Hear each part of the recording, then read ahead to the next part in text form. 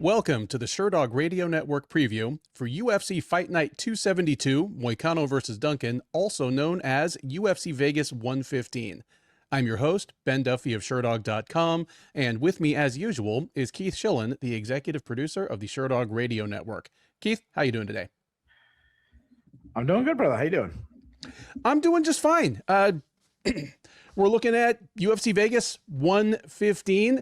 It's another of those cards where I know this was planned as an Apex card from the start, but if this was 5 years ago, I would have been like, was this meant to be UFC Rio and they just had to move it at the last minute? Because we got 12 fights, 9 of them have a Brazilian in them, and 8 of those, it's a Brazilian against a foreigner. It's kind of set up to be a crowd pleaser for Rio, and frankly, it'd make more sense there. Tell me if you feel differently, but this one feels a little thin for a fight night card at the Apex. But yeah, if I'm Paramount, I'm re-talking to the UFC and being like, we got to renegotiate this contract. But I'm not getting my money's worth. I mean, this is bad. I mean, we talk about divisional relevance. The closest person to the title fight is probably Tabitha Ricci. Yeah, is probably even close. No. I mean, how many ranked fighters, Sherdog ranked fighters, do we have on this card? Moicano, Duncan, Jandiroba, Ricci. Duncan's ranked. Yeah, Duncan. He's at least in our top 15. He's like in the bubble. That's before. Okay. Yep, that's it. And there are some interesting prospects on the card further down, but there's also, if you are used to tuning in for our recaps, the cut list is going to take us about 10 minutes to get through. There are some people on some rough streaks on this card. Yeah, this is some bad ones. I mean, there's at least one fighter on this card that is going to be on my cut list even if they win. I mean, that's just, I'm going to throw that out there. Is it the guy who hasn't won a fight in like 6 years or something? Well, if only there were only one of those. Okay, fair enough. I'm only thinking of one. I'm sure there's multiple ones, but having said that, having just kind of taken a bit of a crap on this card overall, let's say something good about it. Outside of those top 2 fights, what are you looking forward to most on this card? I think there's some entertaining fights. I think Ethyn Ewing's return against Estevam. I think that's a pretty good scrap. That's the first one that jumps out to me. Barbosa and Gatto, I think that's another really good scrap. Yeah, I got to be honest, man. This is one of the worst cards on paper in a really long time. I mean, this is a D. Like, this is at best. It's a D at best. Yeah, I'm looking. Yeah. So I just looked, just for the record, Sherdog's current top 15 at lightweight, Duncan and Moicano are not ranked. Okay, so the only ranked fighters on the entire card are Jandiroba and Ricci. Yeah, I mean, like, and we talk about like how close you're at a title shot. Well, being that the current champion Mackenzie Dern has beat Vernon Jandiroba twice, she's not close. Now right. Obviously, someone could beat Dern and that changes her scenario. But like right now, just saying, Dern keeps the title. Yeah, it's not good. Only 2 ranked fighters, not good. Having said that, if you're a regular viewer of this show, you'll know that, at least for me, previewing the bad cards is sometimes as fun as previewing the good ones. Any other general thoughts on this one before we jump in? Yeah, I'll do this. If you don't mind. I told you the other day that I got to tell you my URI party story. It's a long one. So how about this? I'll break it up in portions. I'll give you one portion.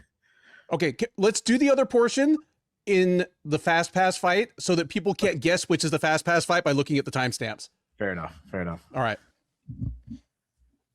So part 1. Okay, it's like 4 parts, so I'll do part 1. So, okay, I worked at this is when I was like 19 years old, 18 years old. I don't know. I was super young, and I worked at a place called Bickford's, which is like it's kind of like a IHOP. It's like a breakfast place open 24/7. I did like an all night shift. So I woke up there that day. I was working. They called me and said, "Hey, do you want to pick up a shift at another location that's a 24-hour?" And I'm like, "Sure." And at this point, when I get off, I'm up for like 24 hours already. And I like hang out all day, don't go to bed. Now I'm like at like 36 hours. My friends are like, "Oh, let's go to this party." Our friends of ours at URI, a big party. So now I'm at like almost 48 hours by the time I get to the party. But that night before, I met a girl at picking up girls at the pancake house. So I messaged the girl and I'm like, "Yeah, why don't you come with us?"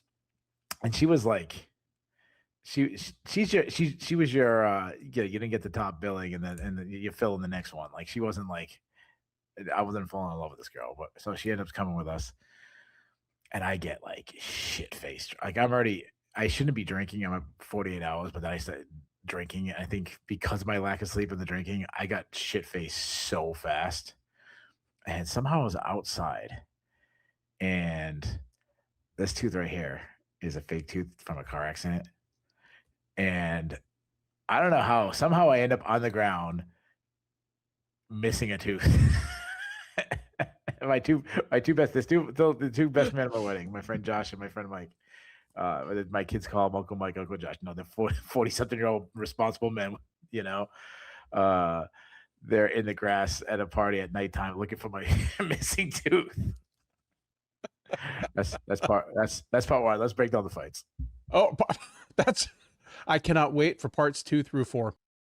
First up at UFC Vegas 115 is a women's bantamweight matchup between Alice Pereira and Hailey Cowan. Pereira, the 20-year-old Brazilian, is 6-1 overall. She's 0-1 in the UFC. She made her debut at Noche UFC last September, where she dropped a split decision to Montserrat Rendon. So she'll be looking to bounce back from her first career loss against Cowan. 34-year-old from Waco, Texas, is 7-4 overall. 0-2 since joining the UFC out of season 6 of Dana White's Contender Series. She's obviously lost her last 2 in a row. Most recently, almost exactly a year ago, she ran into Nora Cornell at UFC 314. That was last April, and got choked out in the second round. So she's still looking for her first win in the UFC as well. Keith, your favorite is -120, underdog plus 100. Who are they? This is a tough one. I'm glad that it's really pick 'em. I mean, I'm going to go Pereira as the favorite. You are correct. Alice Pereira -120, Hailey Cowan plus 100. Keith, the good news for these women is if you just put them on a poster or you sent like the weigh-ins face off and said, these are the 2 best bantamweight women in the world, people go, okay, yeah, that checks out. They are big, athletic women. Good looking, yeah. Like they look like they should be outstanding fighters. The bad news is that they're not. Yeah. The good news. My MMA news is going to use this on their page as UFC Vegas whatever highlights, and it'll be the face off of these 2 girls as the front of the page, which marketing wise, very smart. Their face off might be the most interesting thing. And here's the thing. Pereira came to the UFC as a 19-year-old prospect last fall. They booked her against a Mexican at Noche UFC. I mean, she was kind of brought in to be the fall woman, but she got to 6-0 against such low-level competition in in her regional career that Rendon, who is not that good, was easily the best woman she'd fought. It doesn't bother me that she lost. Again, she's so raw. The problem to me is she struggled everywhere. Montserrat Rendon is slow, and she seemed to be the quicker woman on the feet. She kind of struggled everywhere. And on top of it all, she kind of started showboating in the second round of a fight that she was probably losing even at the time. But yeah, like Montserrat Rendon marches forward like Frankenstein. She's just so big and plodding, and Pereira couldn't keep Rendon off her. So it was a bad showing. Cowan is another one where it feels like she should be a much better fighter than she is. And we're not talking prospect anymore. At this point, Cowan is 34 years old. This will be her 12th professional fight. she is a good athlete. I mean, again, she was a nationally ranked gymnast, and obviously those other sports don't necessarily translate directly across to combat sports relevant athleticism, but she was specifically a tumbler. Like a tumbler is the person that goes at a sprint down that mat and then just goes boing, boing, boing, boing, boing, and does all the, cartwheels and somersaults and then like sticks the landing. Like explosive movement, core strength, balance. You'd think that would be a pretty good background for combat sports, at least to become like at least that'd be someone that could pick up like, judo and like trip takedowns and stuff really easily, but she hasn't. She's a decent wrestler that still gets by on mostly physical horsepower. And once she's on the ground, her submission defense is just still very porous. On the feet, she's not as quick and doesn't hit quite as hard as you would expect. I'm going on and on about this kind of low level fight. I'm going with Pereira as the slight favorite here, just because, again, she's 20 years old. At the very least, if she doesn't come out and just goof around like she kind of did against Rendon and look kind of clueless late when nothing she was doing worked, that might have been a learning experience for her. And if she fights up to her potential, even if that ceiling isn't that high, I think she does enough to get a decision over Cowan here, and that's what I'm picking. Give me Pereira by decision. Yeah, this fight sucks. Actually, it's gonna be competitive, but it's so funny. While you were talking, I had to check my notes because I didn't remember who I picked to win. That's how not that interested in this fight is. Hailey Cowan, she doesn't do anything like super bad. The problem is she doesn't do anything really good. Like she's not really a UFC talent. She's big for the weight class. She's a good athlete. Like if she was doing a cardio kickboxing class, like she'd be pretty good. Yeah. I just don't know if she's a fighter. I mean, she's southpaw. I mean, if I can interject, I know I say this every week, but I talk about fighter X, put him in the NFL combine where they got to do the standing jump, the shuttle drill. She would wreck Aaron Blanchfield. Oh yeah. At the UFC or at the NFL combine. And even being a weight class apart, like Blanchfield would destroy her in a fight. Like, yeah. Oh yeah. It just hasn't come across. Yeah. So she's like, good footwork. She uses her footwork to move around a lot. On the feet, good output. I'd say fairly fast hand. She's got a good check right hook. Big kicking game, kicks to all ears. Throws a high kick, likes to holly home side kick. She doesn't check leg kicks though. She will mix punches and kicks together, and she's very physically strong. She'll like to close the distance and grind and clinch. Looks like for elbows and knees. She's an okay offensive wrestler, and I know I'm saying like nice things about it. I'm like, this isn't like the okay scale for everything. Like there's nothing spectacular about it. Yeah. But if she if she gets on top in a scramble, she's okay ground and pound. She's a really poor defensive wrestler. She struggles to get off the bottom. Very poor submission defense. I mean, she's been subbed at a bunch of fights, including against Nora Quinola in her last fight. Pereira, you're right. I mean, she was rushed too quick to get in the UFC. She fought absolutely nobody. I mean, obviously the good thing is she's only 20 years old. She's at the point where she can still make big jumps. Hopefully this, like you said, was a wake-up call. She is physically big, and she is very similar to Cowan. Like she's athletic. She can use good footwork and use it to usually on the regional scene, use it to avoid her opponent's attacks. It usually has nice zip on her shots. She throw everything hard. She can get very wild and throw a lot of looping punches. She'll throw big combos, which I like. She'll throw like 5-punch combinations, which in like women's MMA, especially low-level women's MMA, can be just enough. She has some pop already for a young girl. She will go airborne at times, throw up like flying knees and Superman punches. That has to do when you were talking about when she's like feeling herself and she's kind of like showboating a little bit. She can use her size well in the clinch, look for takedowns in the clinch. If she gets the fight down, though, she needs to learn how to pass better. Like she struggles to pass the guard. I like her ground and pound. It's just busy. Win rounds with it. She's also a weak defensive wrestler, and she's actually gassed out in the past, including the regional scene in fights where she was clearly the way better fighter. And I shouldn't say gassed out. She slowed down very quickly. My 16-year-old daughter is learning how to drive, and we're going on a road. It's like you're going 60 miles an hour. Like it wasn't the highway, but it was like a main fast road, and there's like a curve coming. I'm like, all right, so you want to slow down when you go to the curve? And I'm like, Lila, you don't go from 65 to 25. Like I meant like 65 to like 52 or something. It was like a 2-lane, and suddenly like cars like were behind them flying by her on the left side and shit. I'm like, oh my god. Yeah, so that's what I meant. Like she didn't like completely stop, but she greatly slowed down. I really have no clue on this pick. And I don't, if anybody's picking this fight, like some sharp better, like shut up. Like I was like, no one has a read on this fight. Like I have zero confidence in my pick. I am picking Pereira simply because she's at the age where she can make big improvements. That's a real cop out, but that's what I'm leading. Give me Pereira by split decision. Middleweights are up next on the UFC Vegas 115 prelims as Azamat Bekoev squares off against Tresean Gore. Bekoev, the 30-year-old Russian, is 20-4 overall.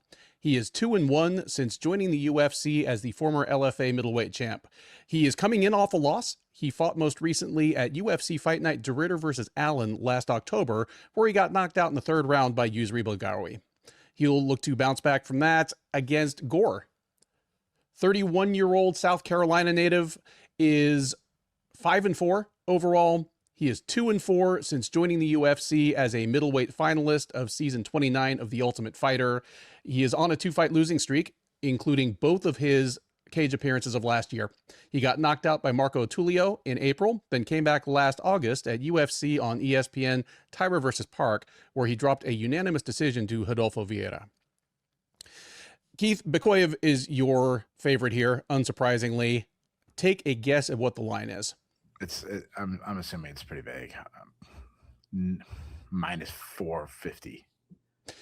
Not bad. Close. Bekoev minus 550, Gore plus 410.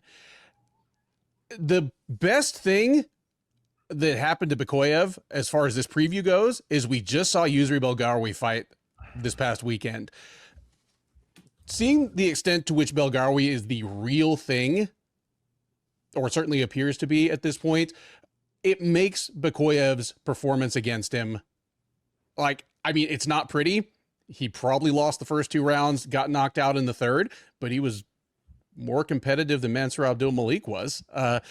Bekoev, based on the fight with Belgaroui, my scouting report on Bekoev hasn't changed. He is a classic Russian wrestle boxer. He's burly, powerful, hard hitter that throws a really kind of basic repertoire of strikes.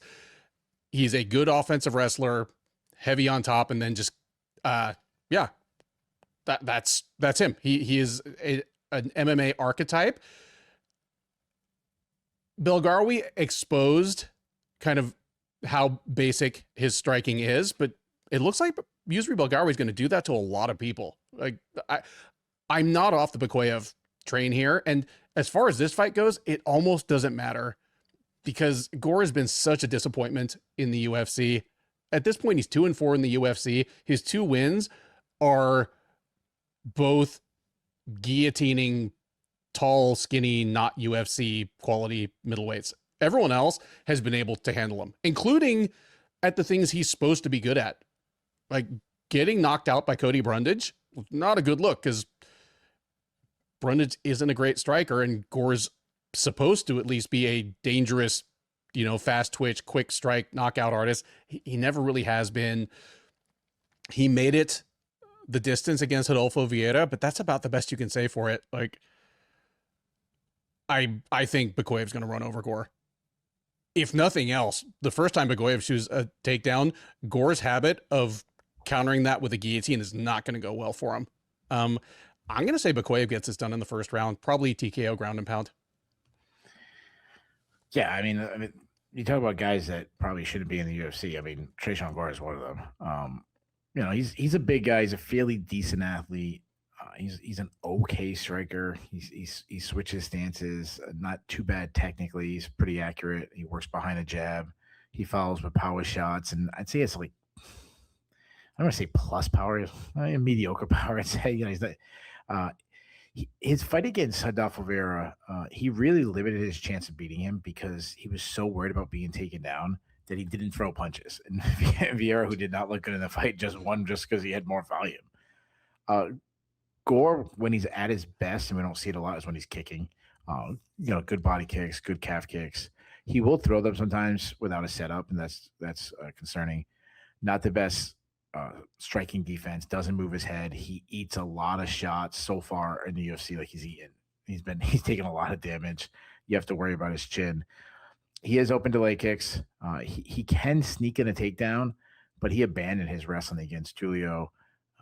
To his credit, he showed solid takedown defense against Adolfo Vieira, but that's a really faded guy. He has some slick back takes back in like the Ultimate Fighter days, but that was a long time ago. And you mentioned it. The guillotine, he'll jump guillotine, but he did have 2 standing guillotines back-to-back wins. So it's almost at this point like he's one trick. He's like a one-trick pony. Bekoev, he's a well-rounded guy. He stalks his prey. He throws a lot of power shots. He's pretty accurate for a power puncher. He's got a great left hook. He loves throwing his overhand right. He can sometimes overthrow his strikes, but he hits hard. I mean, he's got some good power. He can wrestle. I do think his wrestling's a little overrated. I've said that before about him.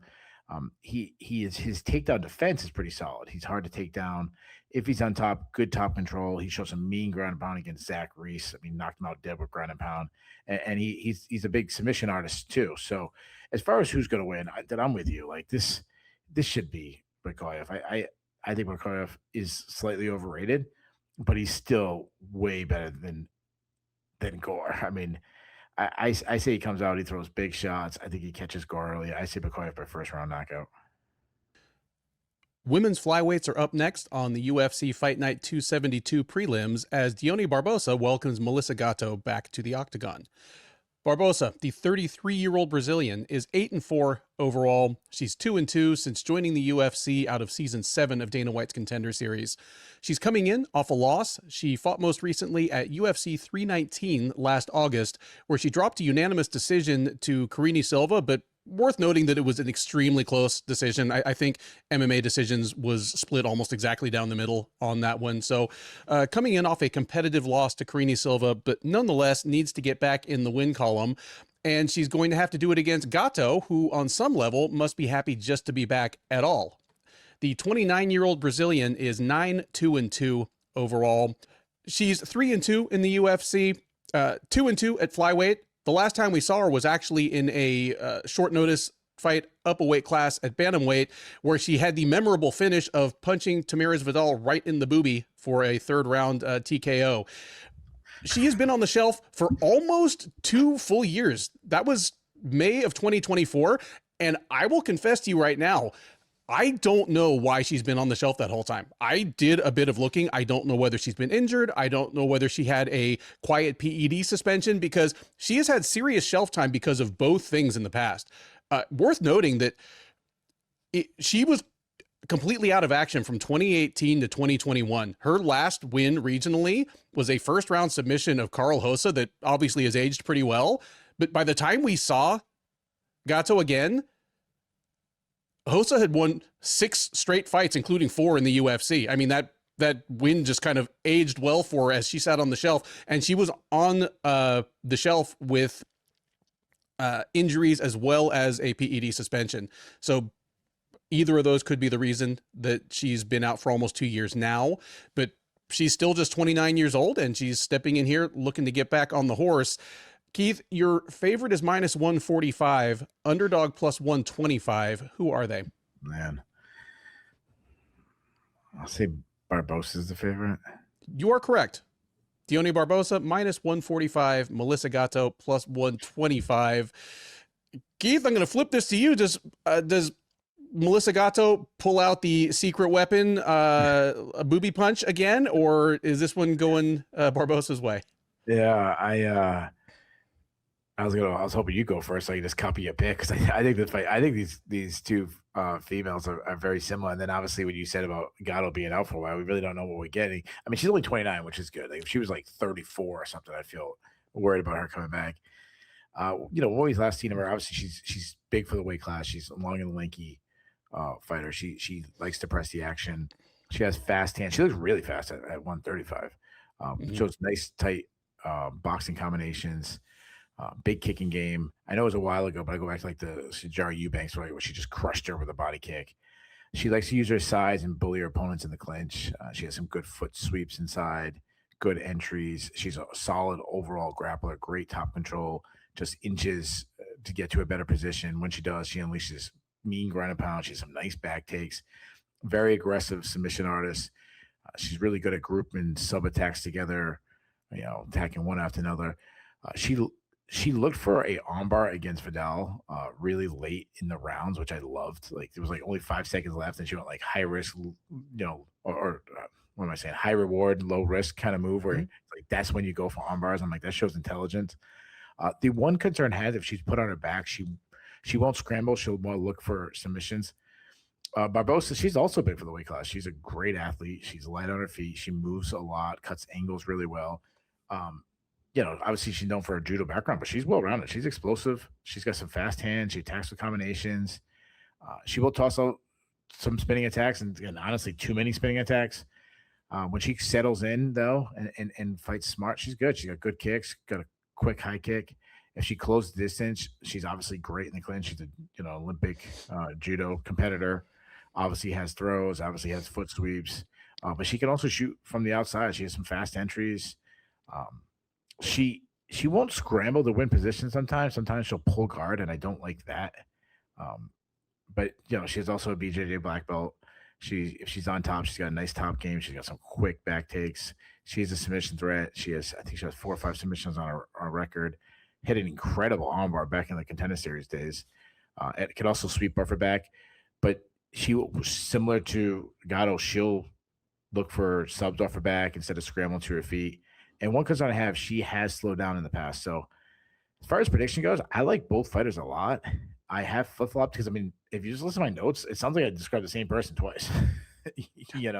Very, very similar. Similar frame, similar athleticism, similar speed, similar, one's more of a jiu-jitsu grappler, while the other one's more judo grappler. But I have no clue. Like, if I was betting, it's dog or pass.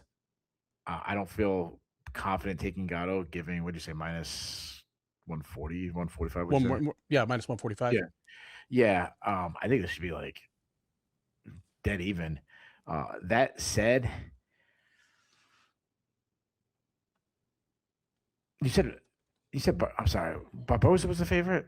Yep, Barbosa is minus 145. Yep. For some reason I was saying in my head Gatto was yeah, I'm gonna go with the betting odds. I'm gonna go with Barbosa. I'm gonna say it's wicked close. I think we're gonna really like our last fight. I'm gonna say split decision. Yeah, if Gatto is roughly the fighter we saw against Vidal 2 years ago, I agree. This feels like a super, super close fight that will probably play out that way.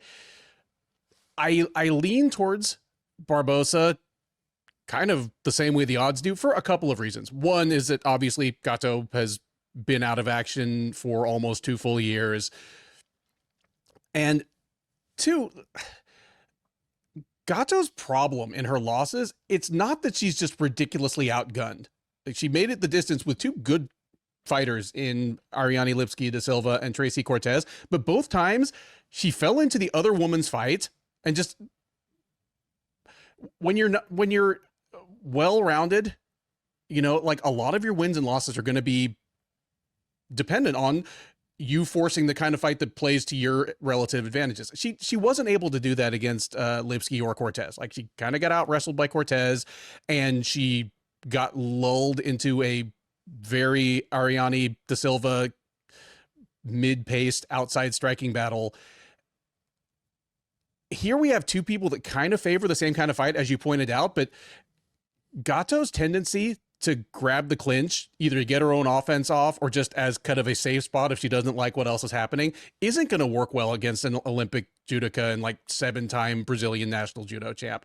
That right there alone might be enough to make the difference, even assuming Gatto is still the woman that we saw 2 years ago. So I'm with you. I'm leaning Barbosa by decision here.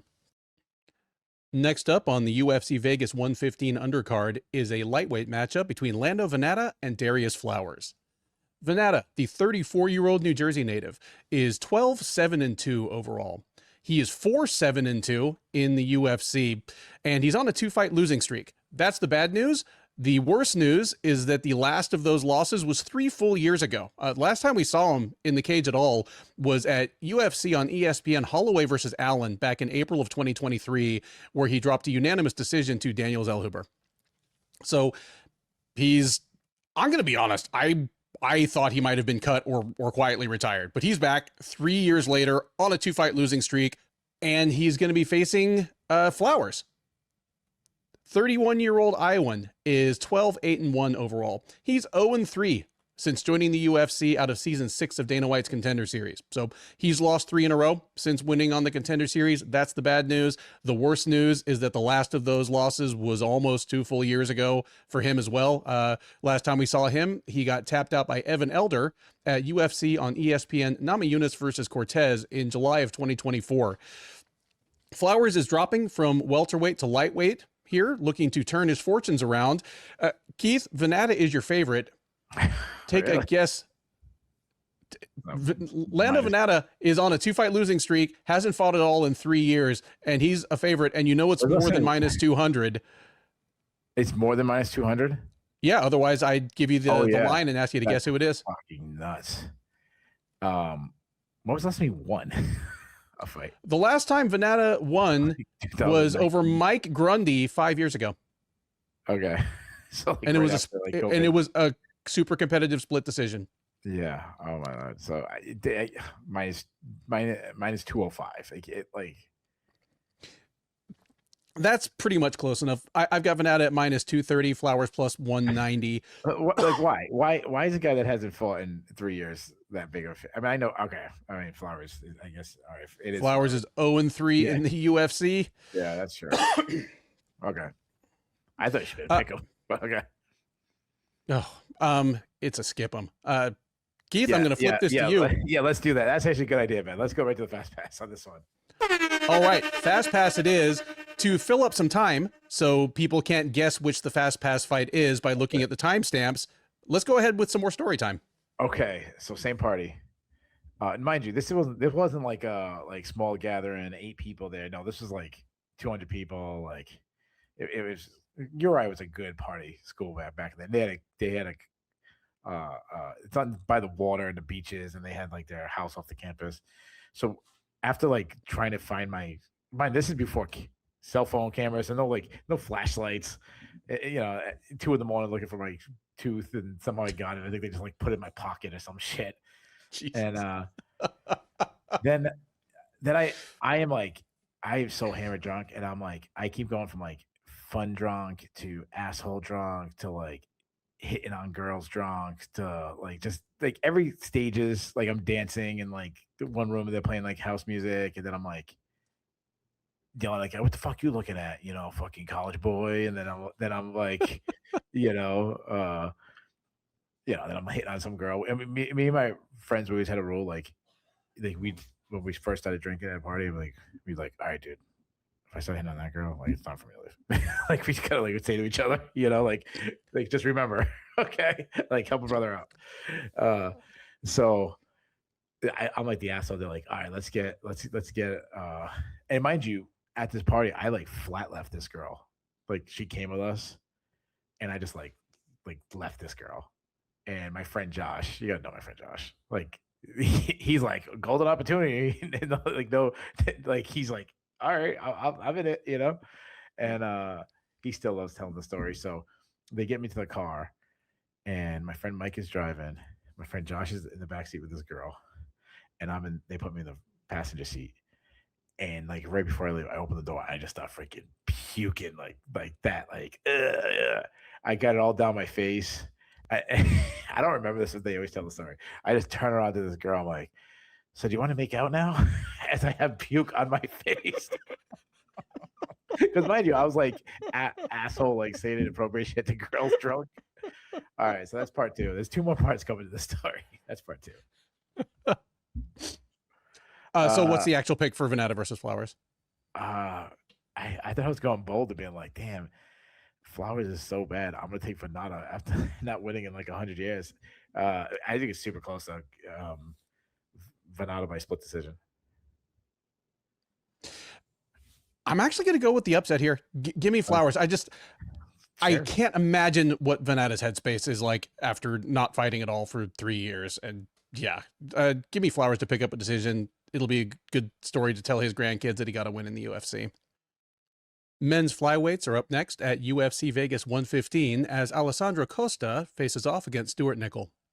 Costa, the 30-year-old Brazilian, is 14-5 overall. He is 2-3 since joining the UFC as a veteran of Season 6 of Dana White's Contender Series. He's coming in off a loss. He fought most recently at Noche UFC last September, where he got knocked out in the third round by Alden Correa. He will look to get back in the win column against Nicoll. 31-year-old Australian is 8-2 overall. That's the good news. The bad news is that his 2 losses are in his last 2 fights, and they represent his entire UFC run. He fought most recently last October at UFC Fight Night Oliveira versus Gamrot, that would be UFC Rio, where he dropped a unanimous decision to Lucas Rocha. He's facing off against another Brazilian here. At least it's not in Brazil, but Costa is your favorite, Keith. Take a guess at what the line is. Minus 225. Alessandro Costa minus 400. Stuart Nicoll plus 300. That's stupid. Give me your take on this fight. These are 2 guys, obviously, that are, yeah, I was going to say, these are 2 guys that are under 500 in the UFC. And I still feel like this is a better fight than some of the fights that are way further up the card. But give me your take on this one. Who you think wins?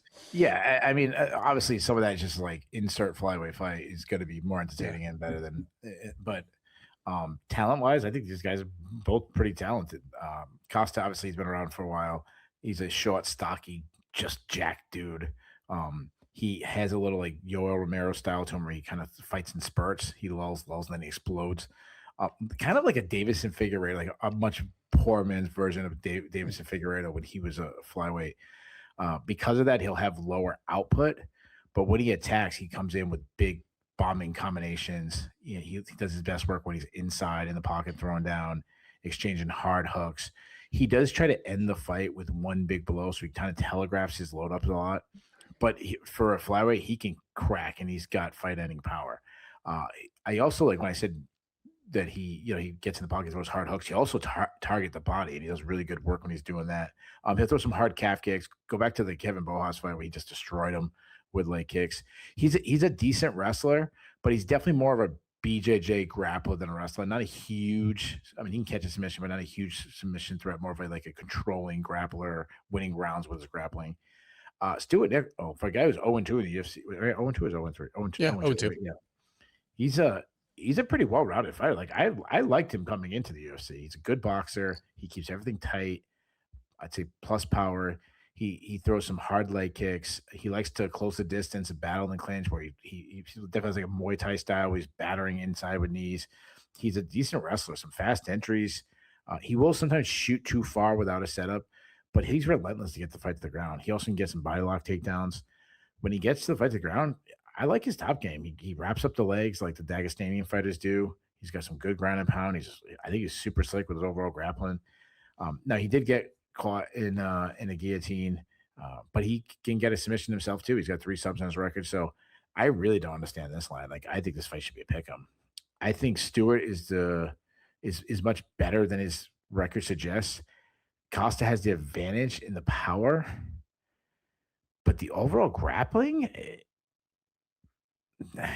Stewart might even have that. I don't know. I'm really torn. I really want to take a big upset in Stewart.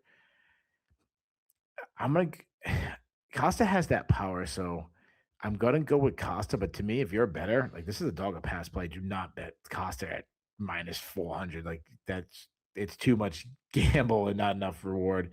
I'll say Costa. I'm gonna say super close again. I'll say Costa by split decision. I am glad you see it that way because I had the same reaction almost completely down the line. First, I was surprised that Costa was such a huge favorite. And 2, as I kind of broke down how they like to fight and how they've looked against their previous opponents, this is a tricky trap fight, and I came close to taking the big upset here as well, because the thing is, I have the feeling that Nicoll is going to win rounds until or unless Costa cracks him with something big. Like, he's probably going to be the more active guy. He's going to be throwing more. He's going to be landing more. And Costa, like you said, he fights a little like Davis and Figueiredo, like a poor man's flyweight Jose Aldo, where he kind of conserves his gas tank by waiting, and exploding, which works as long as you land enough offense during those explosions to either sway the judges or ideally just end the fight. Give me Costa by decision as well, but this is going to be a nip tuck thing. I'm going to be prepared to call Stewart Nicoll maybe the best 0-3 fighter in the UFC on the recap on Saturday night. Yeah. We head now to the featherweight division as Jose Mauro Delano makes his debut in the UFC against Robert Ruchala. Delano, the 29-year-old Brazilian, is 16-3 overall. He fought on the Contender Series last August, picking up a unanimous decision over Manuel Exposito. He will look to make a successful UFC debut against Ruchala, who is also still looking for his first UFC win. 27-year-old from Poland is 11-2 overall. He is 0-1 since joining the UFC as the outgoing KSW featherweight champ. He made his debut in, frankly, fairly hostile circumstances at UFC Paris against William Gomi. He came out on the wrong end of a unanimous decision there, and like I said, still looking for his first UFC win. Delano is your favorite, Keith. Take a guess at what the line is. It's over. It's I don't get it. It's obviously bigger than minus 200, minus 220. Jose Mauro Delano minus 400. Wow. Robert Ruchala plus Over 300. a KSW champion. Over a KSW champion who honestly was pretty competitive against William Gomi in Paris. Quality like he lost. Yeah. William Gomi is 5-1 or 6-1 in the UFC. He's like a legitimate fringe contender at this point. Wow. And here's, I'm not off the Ruchala bandwagon. I didn't, and I still don't see him as a future title contender, but I see him as a guy that will win more than he loses and maybe, top out in the bottom of the top 15 a couple times. He's a well-rounded guy. He's tall, rangy. He has the capacity to be a good, technically sound, high volume striker.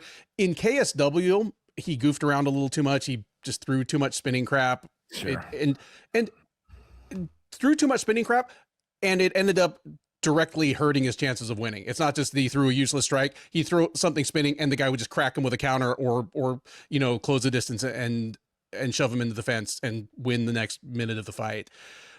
Against Gomi, again, that fight was 1-1 in round 3, and he hurt Gomi pretty bad in the last minute. Like, he basically ran out of time. Like, I'm not saying he would have finished or stolen the round, but it was that close. Like, and if he had beaten Gomi in Paris, we'd be having a whole different conversation about this fight, and I can't imagine it being a 4-1 favorite. Having said that, none of that is anything against Jose Mauro Delano. I went back and watched his Contender Series fight. He was impressive in that fight, man. He looks like someone that could slot right in and just start beating real good fighters right away. Yeah. He's not that tall and doesn't have that big a reach, but he almost fights. He fights taller and longer than he is. And somebody that I say that about all the time is Rob Font. Yeah. I was thinking of is the guy we just saw, Adrian Yanez. Yeah. Yeah. And he's like Yanez with better power. The thing I liked about him, I mean, he's still just 29. You can't say Rob Font because he can't come into the UFC with the worst takedown defense. I have no reason to believe his takedown defense is terrible. But as a striker, the thing I liked about him on the Contender Series and on, looking at his regional tape in LFA, he's a guy that, I mean, he's pretty good at managing distance, but he also just has a variety of weapons for every range. Against Exposito on the Contender Series, he wanted to have that kind of middle to outside distance battle, but when Exposito came in, he'd either meet him with a push kick up the middle, just kind of like a second jab, or if Exposito managed to actually collapse the distance, he started throwing elbows and like short hooks and uppercuts in close. He just looks like a poised, technically sound, complete striker in a way that not a lot of guys are when they come to the UFC, even in as good a division as featherweight. So I might not like him 4-1 against Ruchala, but I like him in general, and I like him to win this fight. Just, they're both going to favor basically the same kind of fight, and I just think Delano's better at it. I think he's a little more defensively sound. I think he hits harder on a shot-for-shot basis, and while Ruchala was pretty much all business against Gomi, I'm still waiting for him at some point to just have like a goofball performance where he starts spamming like spinning back fists or something. So give me Delano by decision, and I'm going to say it's a pretty lopsided one. I don't think this is going to be as competitive as the Gomi fight, because I think when Delano catches Ruchala, he's going to hurt him. I don't think he's going to get the finish, but give me Delano to win this in kind of a everyone sits up and takes notice type performance. Yeah, so this it's funny because you asked me which fights I'm most excited about, and I mentioned 2 other fights, but now thinking about this might be the one I'm most excited about. I think you've talked me into it. Like I think both guys are good. In different ways. Like obviously you mentioned Ruchala, the KSW champion. He's unorthodox the way he strikes. He fights out of both stances. He like a little herky jerky, very wild, but he's fun. He throws some spinning attacks out there, a lot of feints, a lot of like movement, and you don't really know what's coming. He throws a lot of kicks. He just kind of flicks kicks up super easily. No, because of that, he'll throw a kick without a setup. He's got a little Dracus Duplessis kind of thing going with him. Not actually, Duplessis might be a little more polished than him, but he wants, which is not a compliment, but he wants to work from distance. He hates being pressured. Like that's the key to get him. He doesn't need to tuck his chin a little bit. He pulls his head straight back, but he'll get some takedowns. When you think of KSW, you usually think, that's a striking organization. The guys come out of there usually dynamic strikers. Now, obviously, they're mixed martial artists, but he can wrestle. Like he will shoot without setups, and he's not blaster your hips, more like a Chiesa, like like surprising you, timing you, coming in. He's got 3 subs on his record. The problem is he's a bad defense wrestler. Delano, I agree. Even though I agree with Ruchala should not be that big of an underdog, that's not knock on Delano. Like I like what he very light on his feet. Switches stances a lot, though I do think he's better in the southpaw stance. He sets up his shots really well with feints. He's got a very Muay Thai striking style. I love that he cuts angles really well on his attacks. He avoids strikes with his footwork first, so he's one of these guys. His defense is not being there. He doesn't do anything spectacular. Like he throws just a basic 1-2 combinations, but they're clean, they're tight. He has decent power. Sometimes he doesn't have the best output. Sometimes he's kind of setting up traps a little too much, a little like Innocent Silva. I'm not saying he's Innocent Silva, but I mean that like Innocent Silva wouldn't have the best volume, or Izzy. We would have the best volume to set in a lot of traps. Not much of an offensive wrestler, but he's shown some really solid takedown defense. And if it does get the fight to the ground or a scramble ensues, he's got 5 subs on his record. So obviously Ruchala has the better experience. He's obviously fought the bigger. He's already, just fighting the UFC already and going against a really quality opponent, but also like the KSW and all that. But Delano is the more technical fighter. I think he's going to get inside of Ruchala. He's going to have to get past those kicks. Once he does, I think he's going to box him up. I'm looking at my notes right now, and I have second round knockout by Delano. But you know what? I think it's going to go the distance. Give me Delano by decision. Next up at UFC Fight Night 272, and at least as the card is constituted as of the beginning of fight week, the top prelim is a heavyweight matchup between Guilherme Pat and Thomas Petersen. Pat, the 31-year-old Brazilian, is a perfect 6-0 as a professional. He is a perfect 1-0 in the UFC. He made his debut back in December at UFC on ESPN Royval vs. Kopp, where he won a unanimous decision over fellow debutant Alan Fry. He will look to go 7-0 as a pro against Petersen. 31-year-old Minnesota native is 10-4 overall. He is 2-3 since joining the UFC out of season 7 of Dana White's Contender Series. He has alternated losses and wins over his entire UFC run, which is basically the last 2 years. He's coming in off a loss. He fought most recently at UFC Rio last October, where he got knocked out early in the 3rd round by Vitor Petrino. by the pattern, he is due to get back in the win column here. And this is the only pick'em on the card. Both gentlemen out there around -110, -115, neither gentleman available in plus money. So this is a true pick'em. Keith, I'm going to flip this to you. My only observation is surprise. This got me. This might be the fight where the two competitors will weigh in at the exact same and look as different as possible. Yeah, I know. Like, I know. these guys both might weigh like 242 pounds and look as distinct from each other as they possibly could. One looks like he runs on the beach in slow motion, while the other one looks like he got rolled up from the shore from the beach. He's like, there's a bunch of like tourists trying to push him back. Come on, guys, let's all work together. Good. All I was going to say is I still don't know if Guilherme Pat is any good. So if you can help me with that, I'd love it. Because I don't know if Thomas Petersen's good. So Petersen, I mean, he's a southpaw. More of a volume striker than you think, because you think about him as a wrestler. Problem is he not a lot of technique. He throws a lot of power shots. Not much technical defense at all. He keeps his chin high. I mean, go back to like the Shamil Gaziev. I mean, he knocked him out bad because of it. But all his striking, he wants to close the distance. He wants to wrestle. He's a good wrestler. He's a JUCO national champion. Quick entries. He because he's heavyweight, it's more like snatch singles and running the pipe. He can get some upper body throws. He is good at winning rounds with his takedowns. He's relentless to get it down. And the reason I say he wins rounds, he doesn't do a lot of damage. He will hold you down. He has no problem stalling on top. He's a old school wrestler, not much of a submission threat. Pat, like I said, like he's athletic. He's not built like your normal heavyweights. Very Taekwondo style striking. Does move well for a heavyweight. He's fast. He's accurate. He likes to stay on the outside and then suddenly burst forward with a flurry. He lacks power though. He's definitely like a point fighter. Obviously, I'm talking about heavyweight.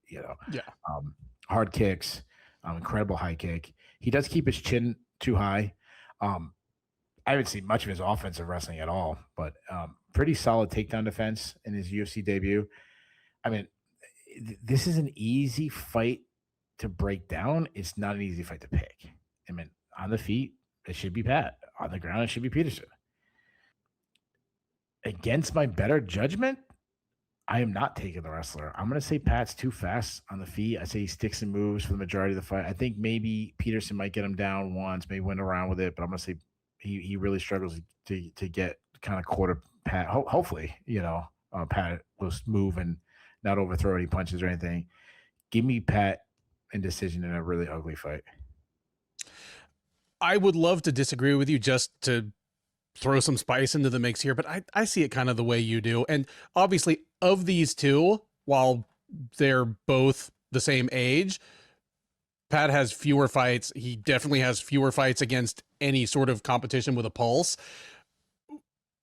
I think one of two things happens. Either we realize that just Pat's not that good yet, because Petersen will be the best fighter that Pat has fought, which is saying something, because Petersen is nobody's idea of a top 15 heavyweight right now, but he's the only one that's even shown he belongs in the UFC, whereas the opposite is not true. Like, Petersen's fought several guys that are more skilled, more proven, than Pat. So we might realize that Pat just hasn't run into the right guy yet. But the other possibility is that Pat looks a lot better than we saw in December, that he's made great strides, where I think that's less likely with Petersen, who just, he seems to kind of be what he is at this point. I have Pat by decision as well. And yeah, this has the potential to be kind of a snoozer. The 5-fight main card of UFC Vegas 115 begins with a featherweight clash between the debuting Tommy McMillen and Manolo Zecchini. McMillen, the 28-year-old Arizona native, is 9-0 as a professional. As I mentioned, this will be his UFC debut, but he fought on the Contender Series last September, winning a majority decision over David Magoyan in a really fun fight. So he's making his UFC debut here against Zecchini. 29-year-old Italian is 11-4 overall. He is 0-1 in the UFC. That's the bad news. The even worse news is that his one loss was 2.5 years ago. He made his debut back in September of 2023 at UFC Fight Night Gane versus Spivak. That was UFC Paris of that year, getting knocked out in the first round by Morgan Charrier. Prior to that, he'd been a standout in Venator, which is basically Italy's only serious MMA promotion at this point. But yeah, Zecchini's been on the shelf for a long time. He's coming back against a pretty touted prospect. Unsurprisingly, he is not the favorite here. Keith, Tommy McMillen is a big favorite. I'm gonna spot you that. Okay. Take a guess at. All right. It's not often you say that. So minus 575. Viewers, note that I tried to help the man. Tommy McMillen minus 1,200. Manolo Zecchini plus 750. And boy, howdy, Tommy McMillen is not the biggest favorite on the card. What? I wouldn't know. Like, he could be fighting a Zucchini, and I don't think he should be minus 1,200. You know? Holy moly! Holy crap! What's the toughest vegetable out there? The cucumber or the it's like those weird squashes that you have to like open them with an axe, like the Hubbard squash. You got to split them. Yeah, that's probably something like that. Do I look like a guy who knows my vegetables? I didn't say I like to eat the thing. Yeah, I could go with an okra. So, tell me how you see this fight playing out, and as far as you can tell, is McMillen the real deal? I like what I've seen, like his, but I mean, this isn't freaking George St. Pierre making his debut. I'm gonna start with Zucchini. I mean, he's been in the UFC. He's an aggressive striker. He definitely is a brawler. He loads up on every strike. He tries to end the fight with every single punch he throws. He can overthrow, which leads him to be countered or taken down, but he throws hard, and that alone should keep this line closer because he's got 9 knockouts. Like, it's none of the realm of possibility. He just connects on a big shot. He'll also go flying knee. I saw him land a great flying knee KO on the regional scene. He's got a quick high kick. He doesn't check leg kicks though. He will drop his hands. He tries to sneak in a takedown, but he definitely is not a great wrestler. More of a guy like he'll catch a kick in exchange. He only has 1 submission win. He has actually gassed out in the past because of his reckless style. But honestly, when you're this big an underdog, stay reckless. Like, go for broke. McMillen, he's a stalking fighter. He throws a lot of overhand rights. He really steps into his shots. He will throw too many single strikes though, trying to land like a walk-off shot. He's got a quick high kick. He does drop his hands a little bit for my liking. I should mention he also will go flying knees. It'd be nice if they both go flying knees. His best position, even though he's got a wrestling background, is probably his Muay Thai clinch. He gets there and he does some really good damage in the Muay Thai clinch. He's a solid wrestler, some quick back takes. He's got 5 submission wins. He loves like Darce chokes, kind of being a specialty. When I watched McMillen, I was like, yeah, he's a UFC talent, but he wasn't a guy that I was just like, oh my God, future champion. This guy's like, I'm actually not that high on either guy. I think McMillen is more polished fighter of the two. Definitely. I think he's a better athlete. He's definitely the better wrestler. I think he beats up Zecchini everywhere, and I think he eventually stops some of the strikes. Giving McMillen by second round TKO, but minus 1,200. No, we're not close. That's stupid. What round did you say? Second round. Yeah. Here's what I'll throw out. Like, McMillen's performance on the Contender Series, there's something good to be said for it, and there's something not good to be said for it. The good thing to be said for it is that was his first fight to go past the first round. It was only his second fight to go past the midpoint of the first round. Like, he had a Terrence McKinney type regional career in low-level regional promotions. Like, he wasn't doing this in LFA or Fury or something, but he blew everyone out in like a minute. Then on the Contender Series, he got hammered in the first round and yet kept his composure, won the second and third rounds, ended up picking up the majority decision. So it's good to know that a 20-something prospect who had destroyed all of his opponents had the composure to come back after getting it completely put on him in his first kind of step up. That's the good part. That makes me more optimistic about his long-term upside. He's 28. He is 28 at this point. Like he's not like super young. No, he's not. Yeah, I don't know why he's so hyped. Okay, sorry. Well, this is the other part. He got it put on him so badly in that first round by David McGoyan that I thought that was a clear 10-8 round. He got dropped twice. He had a fully locked in mounted guillotine on him. Like, he survived that round is the best you can say. If one more of the judges had given that a 10-8 round, that'd be a majority draw. So McMillen, if he fought the exact same fight that he did last September, and one more judge had given it the right scorecard, he's 8-0-1 right now, and he is not a minus 1,200 favorite. The exact same fighter with the right score is not a minus 1,200 favorite. So that's what I throw out here. Having said that, I don't know if we're going to learn much about his upside from Zecchini. Like, Zecchini seems, he's a fun.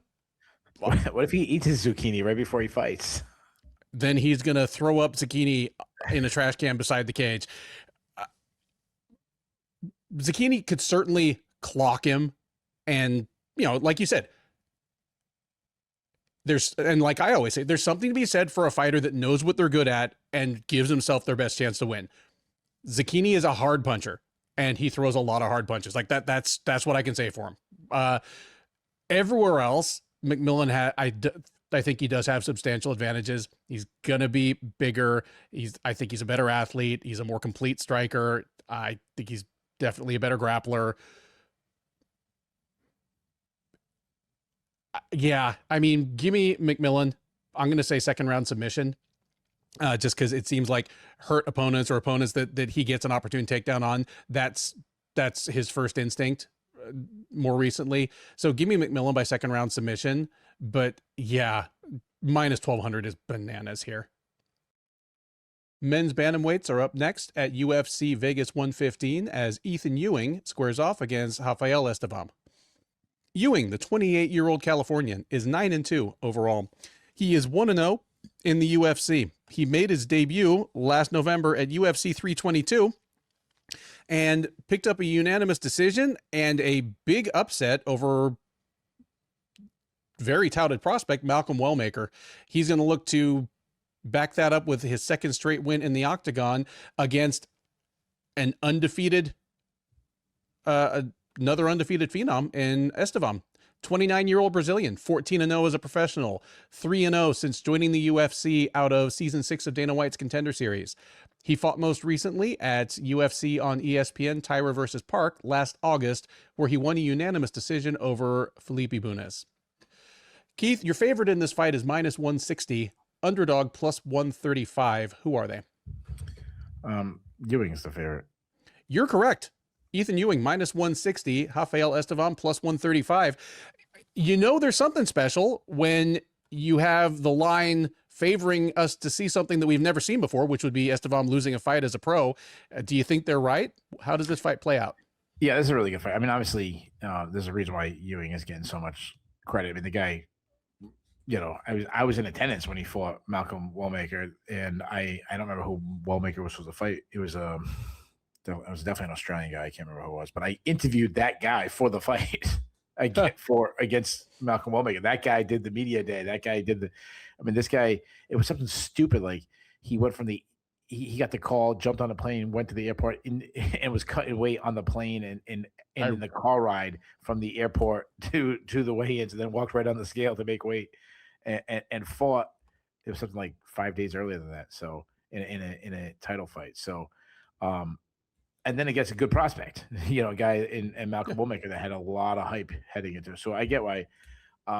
Ewing's fun. He's a take your ground type striker. He's a pressure counter striker that draws out his attacks with feints. He's a good boxer. He's got good volume, nice stiff jab, nice clean short tight right hand. I'd say he's got some good power, nice high kicks. Does really good high kicks. He's a decent wrestler. He likes to catch kicks to get the fight to the ground. He does need to better control his overall top game. And he's a weaker defensive wrestler, even on the regional scene. Like he was on actually on the radio station when he was getting taken down. Estevam, he's a brawler. He loves a brawl. He gets inside. He throws hard, wild shots, constantly trying to end the fight with every single punch. He throws some really hard kicks too. He can also wrestle. He's good at winning scrambles. He's a BJJ black belt. He can either take you back or he can pound you out with hard ground and pound. He has gas in the past, but that's probably due to him cutting down to 125. And after missing weight a bunch of time, they're forcing him up to 135, which I think is good for his career. And I think his power will rise with him. This is a very fun fight. I think both guys will have their moments. On the feet, Ewing has the volume advantage. Well, I think Estevam, even though Ewing has power, I think Estevam has the power advantage. I'm going the upset. I'm picking Estevam to win a split decision because I see him having an advantage in the wrestling, and I think that could just sway him very close rounds. I think Ewing is going to be hard to hold down. I think we're going to have a little bit of war, but I'm going to go the upset. I'm going to go Estevam by split decision. I love the pick. I wish I could follow you out there. Like, I don't know if we're going to end up with a unanimous upset pick on this card or not. I can see it playing out that way. And win or lose on Saturday, I am excited for Estevam to just finally embrace his nature as a damn bantamweight. Like, you know, he blew weight so badly twice at flyweight that, I mean, that's part of why I kind of go like this at his undefeated record. Is like, yeah, dude, you blew weight twice and then won kind of close fights against people. Thing you have to love about Ewing, aside from the whole skill breakdown, you broke down the story, like getting the call on just, you know, days notice, cutting weight on the plane, making weight to do that. And then to win the third round and be the fresher guy on the tail end of just the most hectic week of your personal and professional life is impressive stuff. Like, that's the kind of intangibles that matter. But in fairness to Wellmaker, it's not like he had time to prepare for the opponent either. He prepared, and I think that was his third opponent. There's somebody, the Australian guy replaced somebody else. So like he was preparing for 3 different ones. So I'm not like giving it a pass. I'm not off the Wellmaker train either. Like, I'm looking forward to his next fight, but I mean, that was a hell of a week for Ethyn Ewing. That was an in the zone week for the guy. Hell of a couple days. Yeah, 2 days, hours, I should say. I think this is going to be a really close competitive fight. I don't call for a split decision as often as you do, but if there is a fight on this card that's begging to be a split decision, aside from like Pat versus Petersen, you know, where there's a good possibility that just like nothing happens, it's this one. Because I have the feeling that there are going to be some just frenetic, difficult to score rounds between the two, but I'm excited to see Ewing on a full camp for the same guy, just see what he looks like when he's fully focused. He's 9-2, but it's worth noting that he lost his first 2 professional fights and he's on a 9-fight win streak since then. Give me Ewing by decision, but again, razor close. And if I were a betting man, I wouldn't touch this one. And speaking of stories, let me give you part 3 of the story. Oh, please. All right. So you got to know my 2 friends. I don't remember this part, but they tell the story. And these are like my close friends. My friend Josh, the one that's in the back seat with the girl, I've known him since we were about 12 or 13 years old. When I moved out of my parents' house, we get like an apartment together. That's relevant to the story, but like we lived together for a while. Like my kids call him Uncle Josh. Like I've known him forever. My friend Mike, I've known him since I was like 7. You know, I remember the first time we played together. We were in elementary school. We were playing superheroes. You know, he was Wolverine. Our other friend was Spider-Man. I was the Incredible Hulk. You know, that's how long we've known each other. You know, I've known him 30-something years. You know, and my friend Josh, same thing, 30-something years. So Mike's almost close to 40 years. They said, well, when they're on the highway, I like kind of fell asleep for a little bit, and they're like driving on the highway 95. You know, 95 north, going I-95, not 95 miles an hour, guys. Yeah, I-95. Okay. Yeah, I-95. Yes, true.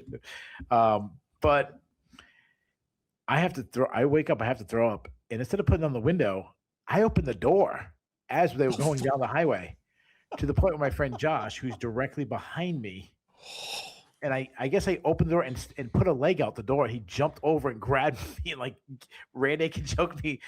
But as he did that, I throw up out the window, and it's going all down the car, down the highway.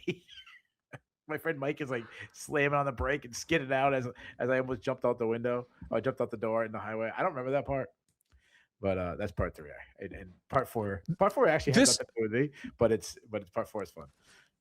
Part 3 stressed me out, even though I know that you lived. Like, I'm looking at you right now, just knowing that you made it and you have all your limbs because I've met you in person. That stressed me the hell out, dude. And the funny thing is, I'm like such a straight-laced dude now.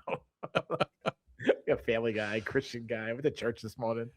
Hey, you know, you get that out of your system when you're young. Yeah. Third from the top at UFC Fight Night 272 is a light heavyweight matchup between Abdul-Rahman Yakhyaev and Tresean Ribeiro.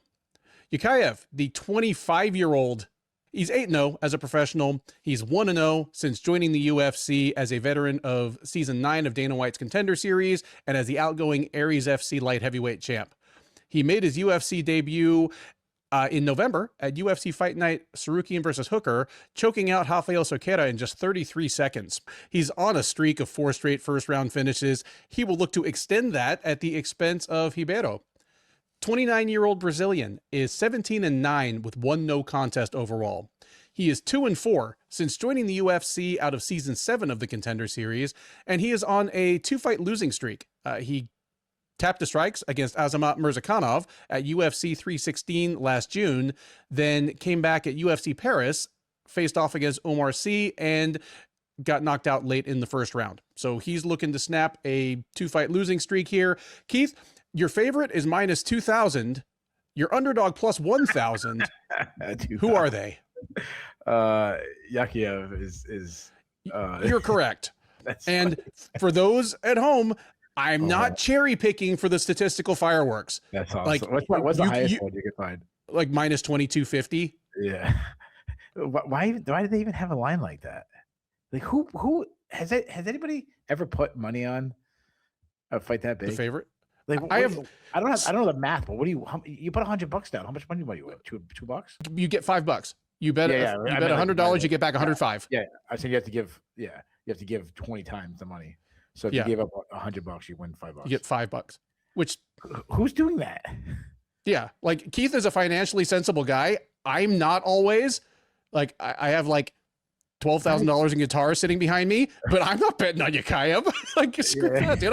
I wouldn't bet on him at minus 1,000. Like MMA is too chaotic for that. A guy can slip on pipes backstage. A guy can have a staph infection in camp and not want to jeopardize his paycheck. Ribeiro can land the punch of his life.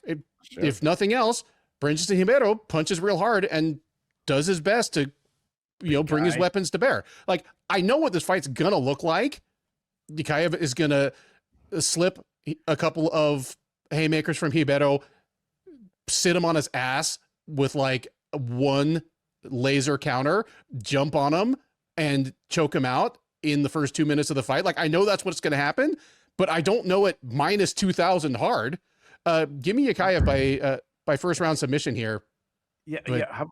How about when he drops him, he punches him in the back of the head and a referee disqualifies him? I know it's so rare for that to happen. It never happens, but John Jones lost because illegal blows. I know it wasn't back of the head, but hell, you could get these Tom Aspinall blew his knee 15 seconds into like the biggest fight of his life. That could happen. Yeah. I mean, do people put him in part? Like, I guess that just forces you to pick how, like, win by TKO submission. But even those have got to be huge. Winning by TKO has got to be like minus 800 or some shit like that. I'm not gonna break these down. If that's big a favorite, like let's save some time I will say this. I mean, Yakhyaev's only 25 years old, and he's finishing guys fast. I mean, it's not a lot of I don't have the best read on him because he finishes guys so fast. I also have always felt like I haven't had a good read on Ribeiro because there's times he actually looks pretty good. Mm-hmm. But give me Yakhyaev just to catch Ribeiro early first round. You said submission. I'm going to go with the knockout. I say Yakhyaev knocks him out in the first round. That brings us to the co-main event of UFC Fight Night 272, a strawweight contenders matchup between Virna Jandiroba and Tabitha Ricci. Jandiroba, the 37-year-old Brazilian, is 22-4 overall. She is 8-4 since joining the UFC as the former Invictus strawweight champ. She is coming in off a loss. She fought at UFC 321 last October, faced Mackenzie Dern for the strawweight title, and came out on the wrong end of a 5-round unanimous decision. That snapped a 5-fight winning streak for her, but at 37, the pressure is kind of on her to show that she's still a factor in the title picture, and she could certainly go a long way towards that by turning aside Ricci. Ricci, 31 years old, also from Brazil, 12-3 overall, 7-3 in the UFC. She's 7-3 in the UFC. She's 7-2 at strawweight. She made a short notice debut at flyweight against Manon Fior of all people. I mean, that's a tough ask.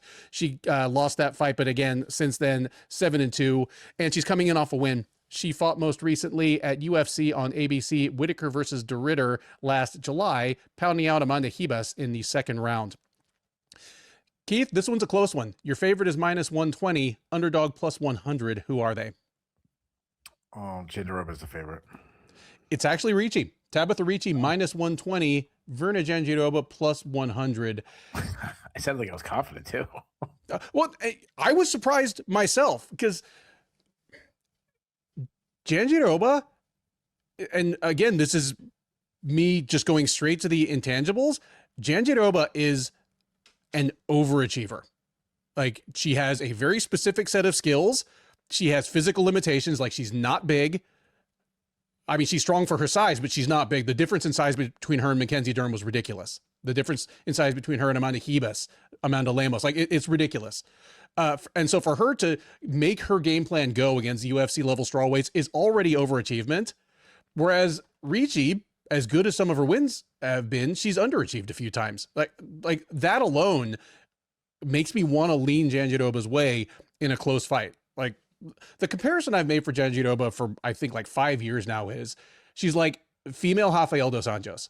Like, the specific approach is pretty similar. Like, she's a tight boxer that is happy to strike until she feels it's the right moment to bring the fight to the ground. She's a pretty good offensive wrestler, gets a lot of her work done against the cage, and then she's just a top position grinder and mauler once she's on the ground. She's happy to take the submission if it's offered to her, but if not, she's just happy to stay busy enough not to get stood up, make life miserable for the other woman.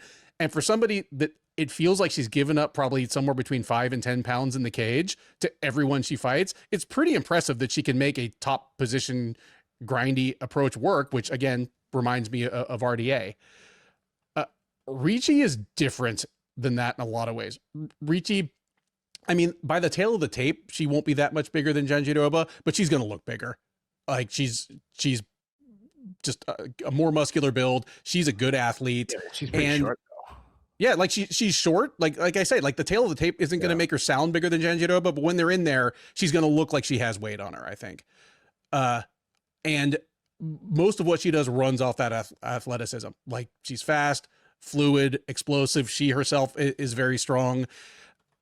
The fights she's lost have basically just, she's kind of looked clueless in there. Like, if her first plan doesn't work, she still seems to have trouble making adjustments. And at least her losses to like Lupi Godinez and Yan Xiaonan is just a case in both cases of the other woman kind of taking charge of the fight and keeping it away from Ricci's strengths.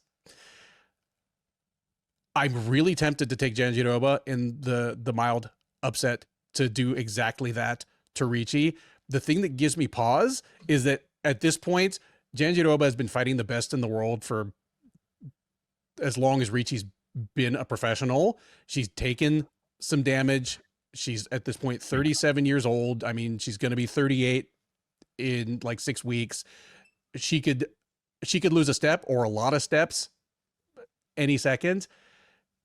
If that's what's going to happen here, I think we'll know it within the first round, but I'll believe that when I see it. I'm going with Jandiroba here to win a decision. That's not what the UFC would like to play out. I mean, obviously they would like the younger woman that's fought fewer of the top contenders and is, just to be polite about it, more marketable than Jandiroba to win. But I think Virna Jandiroba just wins a Virna Jandiroba. Oh man. Yeah, give me Jandiroba. Are you saying one of these ones when you're at a party with your friends, you point one of these out and say, "Hey, if I start hitting on that one, don't cut me off"? Are you saying that, Ben? And who are you saying that to? Any and everybody in the room. Like, okay, fair enough. Yeah, you're married man. Of course, you would say that. Yeah, of course I would. Please save me from myself. Yeah, Jandiroba by decision. So, on paper, this is you could make an argument. This should be the main event. I mean, when you talk about relevance to the division rankings, you talk about Jandiroba fighting top fighters.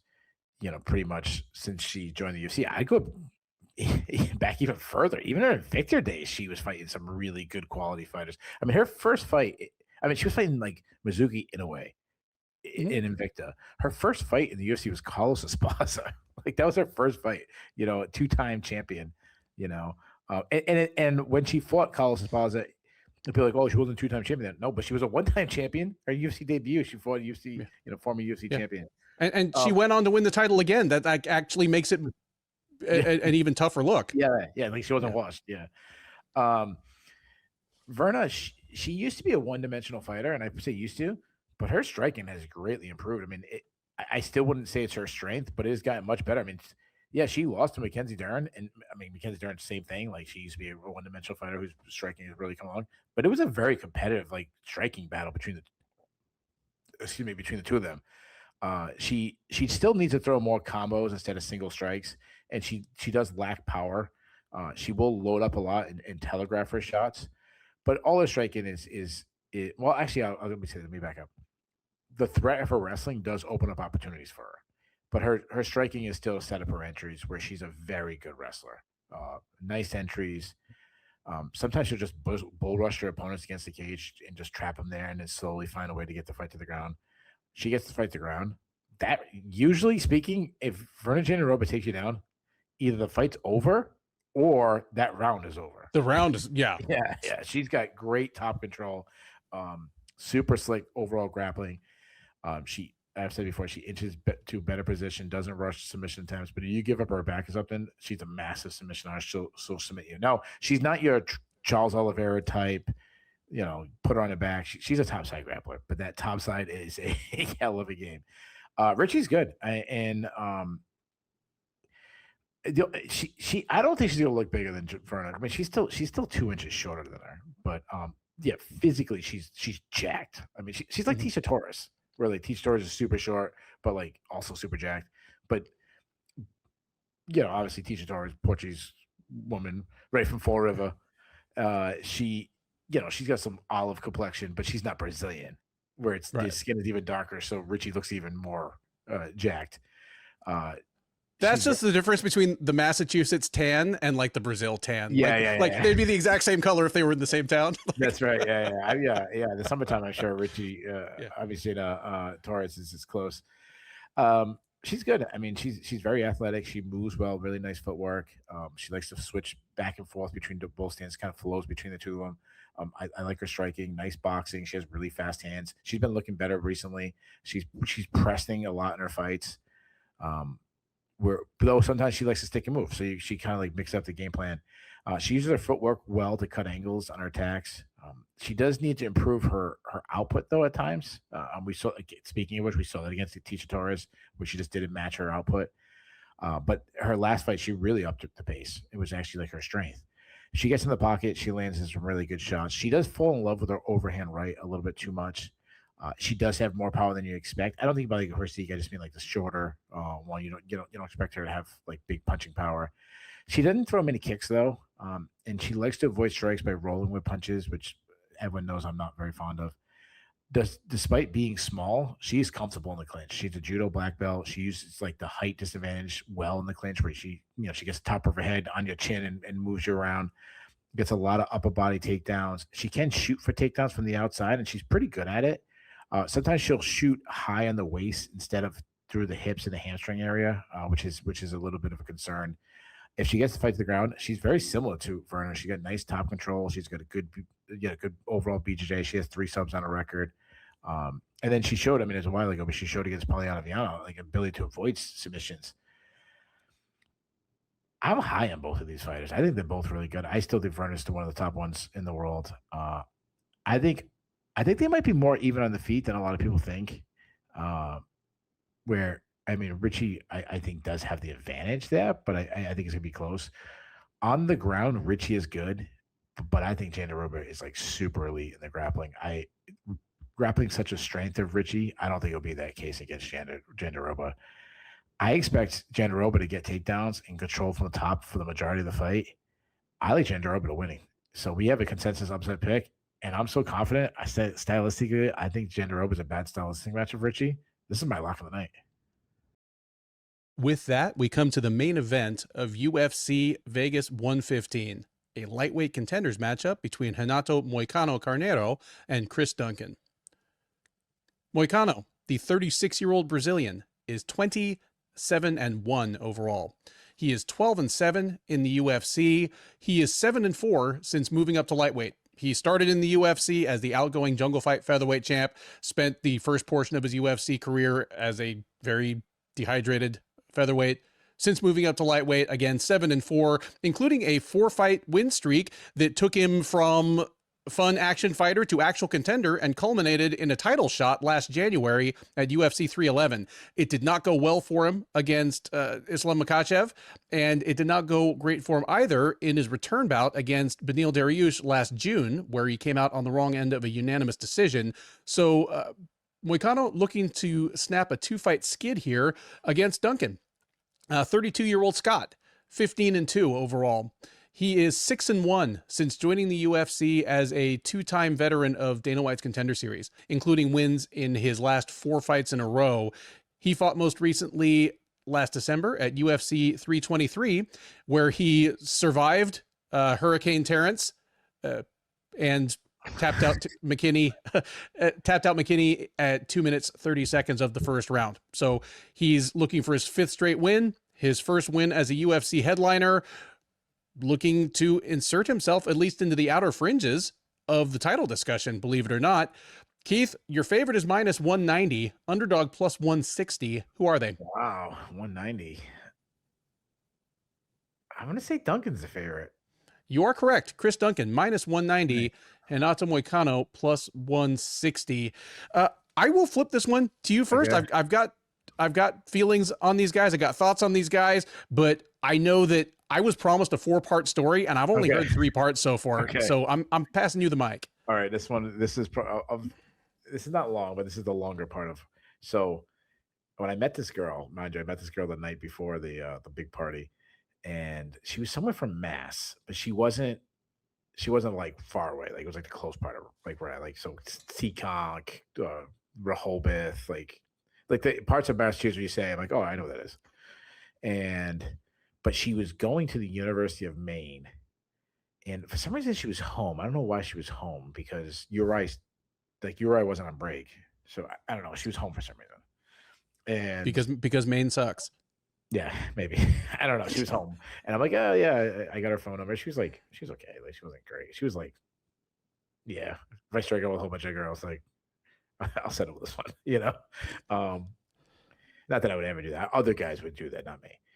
So this is like a week later. So she hooks up with my friend Josh, whatever. And my friend Josh he's a fun party guy, but he's also like very responsible. He got a job at 15 with this guy, Walter, a friend of ours we know, who like an older guy who owns a business, and he like hired him to be like an apprentice at like 15, where he like, I don't know, he'd hold the guy's hammer and shit. He still had the same job now. He's 40, he's a year older than me, he's 45 years old. So he's had the same job for 30 years. Like he's way up. He's like, he basically runs the business now, and he's going to own the business one day and everything. But one part of his job is sometimes he would leave, and he'd be doing jobs in like Maine and Vermont and everything. He'd be gone all day. Sometimes they stay overnight. So I was like a waiter at this pancake place, and it's about 1:30, 2 o'clock in the afternoon. I get a knock on our door, and Josh is gone. And I was probably hungover. This is like 2000. This is right around September 11th, because I lived with Josh during September 11th. I open the door, and there's this girl, the girl from Maine. I'm like, she's like, Josh here? And I'm like, no, like he's working. Like, and she's like, when he's gonna come home? I'm like, I don't know. And I think like cell phones just came out then, but Yeah. She's like, okay, I'm gonna wait for him. And she like walked in, all right, and wait in his bedroom. So I call him. I'm like, hey Josh, remember that girl from me? Whatever. I don't know what her name was. We'll say Jennifer. What to say? I'm like, that girl Jennifer's here. And he's like, oh, dude, I'm not home. Like, we have a job. He's like, I'm like, when are you gonna pay? He's like, I don't know, midnight. It's like 2 PM. So I like tell her this, and she's like, okay. But I'm like leaving. I remember I was like gathering my stuff to leave. I'm like, Josh, you want to stay here? He's like, that's fine. So I leave. I forget about this girl. I work my whole shift. I get in. I'm working at this late pancake. I get in like 2 AM. He does a job. He has to like stay overnight. He was doing a lot back then. I come in. She's sitting in his room, just like waiting in his room. This is like before internet, laptops, and shit. And I'm like, have you been here this whole time? She's like, yeah. And I'm like, what the fuck? Anyways, this is just some side chick for him. Like, he's not dating this girl, nothing. I mean, to your knowledge, is he hung like a can of Pringles? He might be. Like, girls all like right. Josh is smooth. Josh is smooth. All right. Both my friend Mike is pretty smooth too. So she quit the University of Maine to like so she could hang out with him. Suddenly, from like the next like week, she was at her house all the time, like almost like living there. Like Josh would leave and she'd be there and all day. And yeah, long story, she quit school for him, and I think he had a girlfriend. She was just some side chick. I don't know what happened to her. But that's. Yeah, like she's like homeless. I mean, now. Living like, on the bridge because she's $100,000 in debt from University of Maine, never graduated because of my friend Josh. See, which goes Jennifer, goes all the way back circle that she should have just made out with me with the puke on my face, and she could have stayed in college and not ruined her life. Okay, I have 3 thoughts about this. One, Jennifer, if that's your name, just know that you can drop out of college with a ton of debt, never finish, and still like come back to construct a decent life around yourself. I'm living proof. 2, like the pancake place would hire her. Would the pancake place hire me? Maybe. Item number 3, the twist here is that what she really wanted the whole time was Keith. Yeah, like she was just using Josh to get at Keith. Like, Josh, yeah.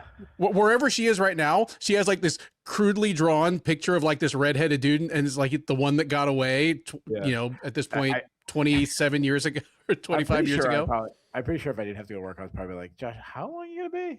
Well, she's here. But she's not your girlfriend. Like, she's already here. Yeah. Hey, I mean, what's the cliche? Like, never make a priority out of someone that considers you an option. There you go. I mean, come on, Jennifer, be better. All right. So as far as this fight, I don't know how I'm gonna transition. I mean, Makana's a little crazy, so he's fun. He's a well-rounded fighter. He's a kickboxer on the feet. He likes to work from distance. He likes to work from distance, but he's also like a hold your ground guy. If he's pressured, like he's not gonna really back up. He's got solid boxing. He works behind a good jab. I'd say he has plus power. Like he doesn't like when you look at his frame, he doesn't look like a guy who can hit hard, but he does. He's got good calf kicks when he throws them. He has gone away from them, which is too bad because like during his peak, like he was a really good kicker. The problem is he's taken so much damage. He's been in so many wars. He's a pretty good wrestler for a BJJ guy, and he's good. Like he gets the fight to the ground. He's a very good grappler. I mean, I think the most impressive was like how he out grappled Benoit Saint Denis. Like how well has that win aged? Yeah. He gets the fight to the ground. He's got some really good back takes. He's got good control. Obviously, he can submit you. He can beat you up. I think he's got like 10 submission wins. If you put him on his back, though, he's definitely like a top side grappler. He struggles. He's not going to throw up like trying. I mean, obviously he can, but like chance of him catching someone like a triangle off his back, something kind of rare. Now, Chris Duncan, I love this guy. When he first came in the UFC, like him and Christian Leroy Duncan. Duncan kind of came in the same time. Leroy Duncan was the one that had the hype. Chris Duncan was just another guy, like kind of like funny. Oh, he'll be fun action fight. He ain't gonna last that long. boy, were we wrong. I mean, I should say I was wrong. Honestly, No, I was wrong too, dude. Yeah. I mean, this guy is tough action, blood and guts, kind of a Justin Gaethje type kind of guy. That just keeps surprising you. Like, man, he's made for these wars. He's got great volume. He's also a stand your ground type fighter, good boxer, especially in the pocket. He throws really nice tight shots, throws hard shots. He hits hard. That's when he really steps in the shot. He's got I think 7 TKOs. He mixes punches and kicks together well. His kicks have really come along. He's got some mean body kicks, some good calf kicks. Not the most defensively sound guy. That's because he lacks head movement. He drops his hands. He also has taken a lot of damage, and I'm worried that one day his chin is just going to fail him, which would be unfortunate because that's a big part of his game is be able to withstand punishment and dispatch his own. He's a very underrated wrestler. Not the best defensive wrestler, but he's a pretty underrated offensive wrestler. He has a submission threat. We see in that, like he's subbing guys a lot. He's, he got Oki with the guillotine choke. He got Manuel Torres. He just caught Terrence McKinney in an anaconda choke, and he's got a big gas tank. So I expect to have moments in this fight where there's a war, but I like Duncan a lot here. I think he comes out the gate hard. I think he, being in a main event is not a big deal for him. I think he's going to be ready for it. Moicano's super tough. I think we have back and forth, but I think Duncan's going to clip and hurt Moicano. I think that damage to Moicano's been taken is going to catch up to him. I think the volume will eventually break Moicano. Give me Duncan by third round TKO. Yeah, I love the breakdown there. I know that, whenever those bingo cards come out, me comparing one fighter to another fighter is going to be on the card somewhere. It's just how my brain works. And sorry to interrupt you. Shout out to all the people who put the stuff in bingo. There were some really good ones. Yeah, I've got some good ones in process, but yeah, nice job, guys. It sounds demeaning to call somebody a poor man's version of something. Just like no fighter wants to be called a gatekeeper, even though but when we mean it, like what I just said about Duncan and Gaethje, it's just he hasn't reached Gaethje's level yet. It's not saying he's not the same talent level. He just hasn't won an interim title yet. That's what I meant by it. Yeah, if I call somebody a gatekeeper to the top 10, that means you're the 11th or 12th best person in a division that might have 1,000 people fighting in it right now. So when I say when I say that Moicano is the poor man's Charles Oliveira, he checks all the boxes. Wasted too much of his early UFC run killing himself to make featherweight. A much better striker than his KO numbers would seem to indicate. He didn't have any TKOs on his record until 2 years ago. But he's never been Hani Yahya or Damian Maia that way. He's always been a good striker. Just when he hurt people, he tended to tap them out instead. I mean, I think he's got 9 rear naked chokes at this point. He's a better wrestler, at least offensively, than you would think he is. He checks all the boxes. Having said that, the 4-fight win streak that got him into position to at least step up on short notice and fight Makhachev for the title, they're all legit wins, but it was him just kind of capturing lightning in a bottle. I feel like the real Moicano was the guy that he was all along, who'd win 2, win 3, lose 1, win 2 or 3, lose 1. When he strung together 4 impressive wins in a row and was the right guy at the right time to face Makhachev, that's something nobody can ever take away from him. But I don't think he was ever an actual top 5 lightweight. He was just the hot lightweight who was there at the time. And he parlayed it into some startup. One of the best things about his big win streak was it got him enough opportunities with the mic in front of him that we could find out what a fucking hilarious maniac he is. Only person better than him is his dad, just banging out kids still. Yes. His dad is Nico Price, apparently. So as far as fighting skills right now. As far as actual breakdown, I feel as though Moicano, on top of everything else, he's never been an airtight fighter. He's always been a fighter that other offensively potent fighters can usually get their stuff going against. But on top of everything else, I feel like he's an old 36. Well, he's literally an old 36 because he's going to be 37 in May, but he's got more tread off the tires than just the sheer numbers would indicate. Whereas Duncan is probably right in his prime. And in terms of just skills, confidence, he's probably still on his way up. I see it just like Keith does. Moicano is still a just deadly dangerous offensive fighter. He could clip Duncan on the feet, be on his back in a flash, and we could have another Macy Barber, with Duncan staring at nothing for a full minute while we look on in horror. But that's the outside chance. I think Duncan's reach, his combination punching, his kicks, just his general output and approach are really going to highlight how hittable Moicano is. And because of that, when and if this fight goes to the ground, I think it's more likely to be under Duncan's preferred timing and circumstances than Moicano's. And as Keith kind of said, kind of like Charles Oliveira, he can throw stuff up off his back, but he's much more effective when he's the guy that hurt you and took you down. Then it's generally lights out. I don't think we see that here. I think we see Duncan pile up the damage on Moicano. And as tough as Moicano is, I think we do get to a spirit is willing, flesh is weak kind of moment. I say Duncan gets the TKO in round 4. And that is the Sherdog Radio Network preview for UFC Fight Night 272, Moicano versus Duncan, also known as UFC Vegas 115. I've been Ben, he has been Keith. If this is your first time watching or listening to one of our previews, thank you. First of all, we hope you enjoyed it. We do our best to bring a mix of in-depth analysis and occasional story time that we think is pretty unique in this space. Please do like, subscribe. Neither of those things cost you anything. They make our bosses happy. They allow us to keep bringing you this content free of charge. And drop us a comment. Apparently the algorithm loves that. We love it. Keith and I both man the comment section. We'd love to hear your take on these fights. If you think any of our upset picks are crazy, let us know. If you think we left any money on the table, let us know. Because if you're right and we're wrong, we would love nothing better than to give you your flowers on the recap. You just need to come collect them. We are live on the Sherdog YouTube page right after the main event. Keith takes the captain's chair. We will talk about all 12 of these fights in reverse order, from the headliner on down to the curtain jerker, talking about what was good, what was bad, what was surprising, what was controversial. There's always something. Talking about what's next for some of the notable winners as well as losers, and talking with you.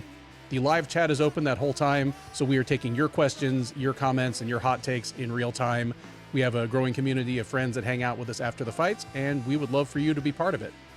Between now and then, thank you once again for listening. Enjoy the rest of your week, and by all means, enjoy these fights. That is